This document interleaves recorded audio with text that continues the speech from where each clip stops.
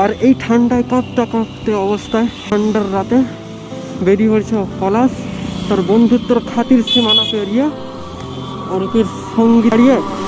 আর অরূপের বাবার খুবই অসুস্থ থাকার কারণে আমি বেরিয়ে পড়লাম, কোনো কথা না ভেবেই তাকেই আনতে বেরিয়েছি। ভাই বন্ধুত্বের কাছে এক ফোঁটা জলও সামান্য, অর্থাৎ বিশাল। তো স্টেশনে আনতে যাচ্ছি, সে আসছে ঠিক মেদিনীপুর থেকে খেলাধুলা শেষ করে। এখন রাত 8:30 কাছাকাছি, স্যাটারডে 3 তারিখ। সাইকেল এই অবস্থায় চলতে হবে।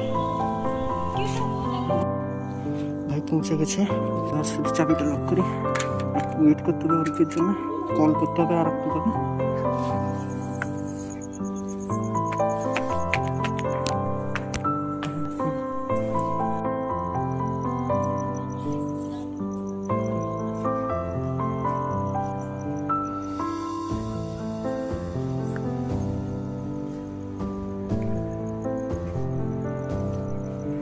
बहुत देर हो গেছে ভাই।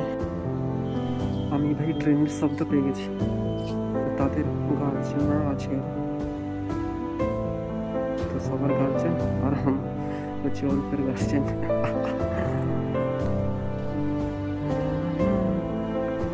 ফাঁকা, একদম একদমই ফাঁকা, শুধু যারা আসবে তাদেরই গার্জেন আছে আর আমি আছি, আমি একটু পেছনের দিকে আছি, কে এইভাবে ক্যাপচার করার চেষ্টা করতে হবে।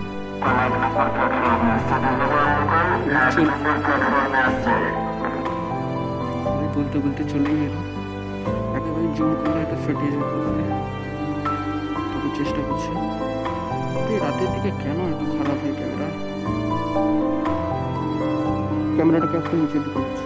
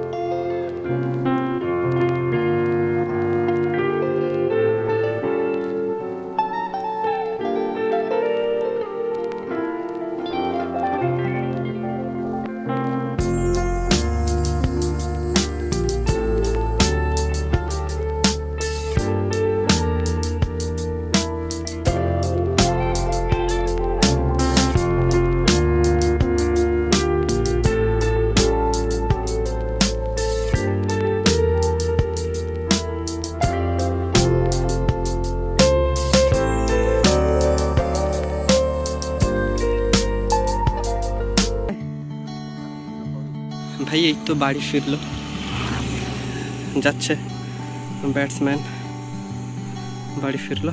এবার পৌঁছবে এখন কোথায়, ফিস্টে খাওয়া দাওয়া হবে।